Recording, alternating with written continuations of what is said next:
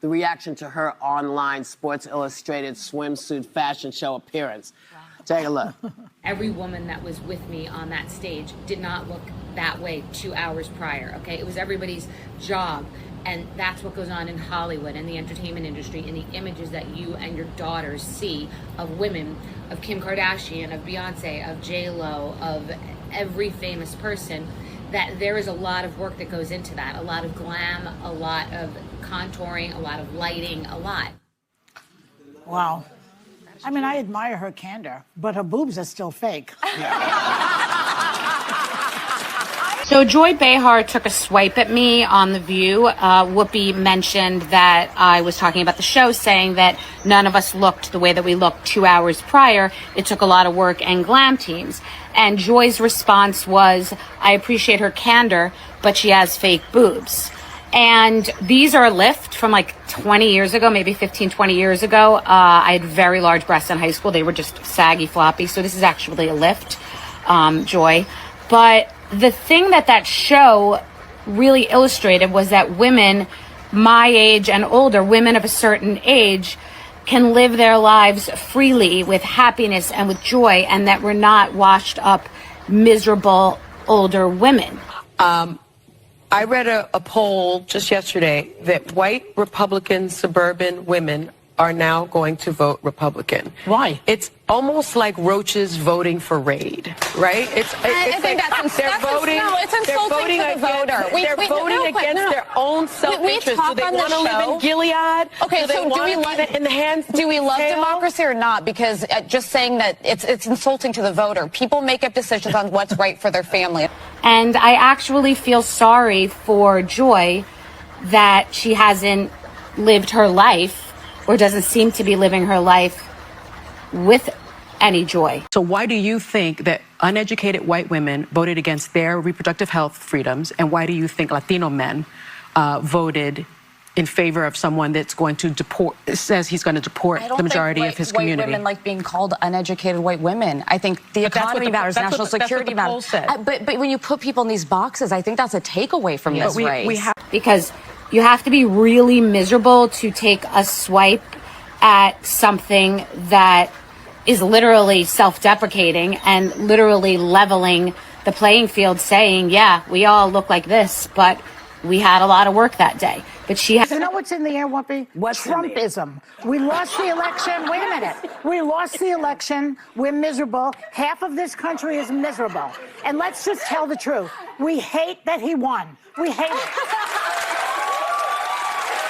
And everybody's uptight and crazy right now. Well, then First off, I always joked when I was done having kids, and you guys know there's 6 of them, and I said, boy, when I'm all done, I'm getting nip tucked and put back together again, because Humpty Dumpty is having all these children takes a toll.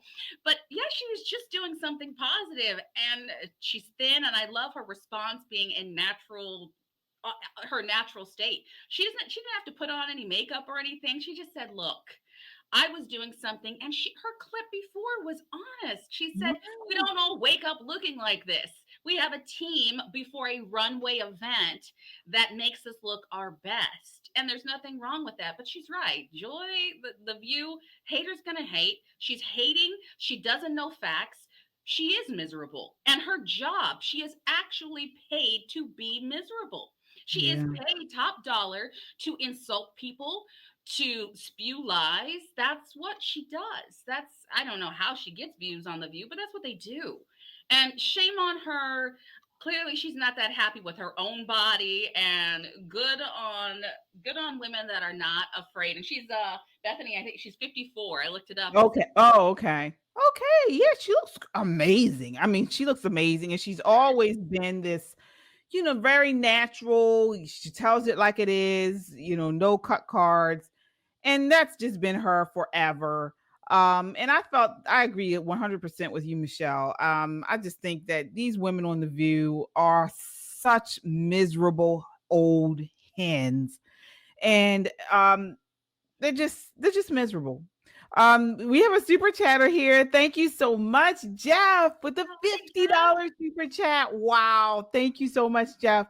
He says, may the Lord continue to work through you too and through this channel. bless you for standing up and speaking out.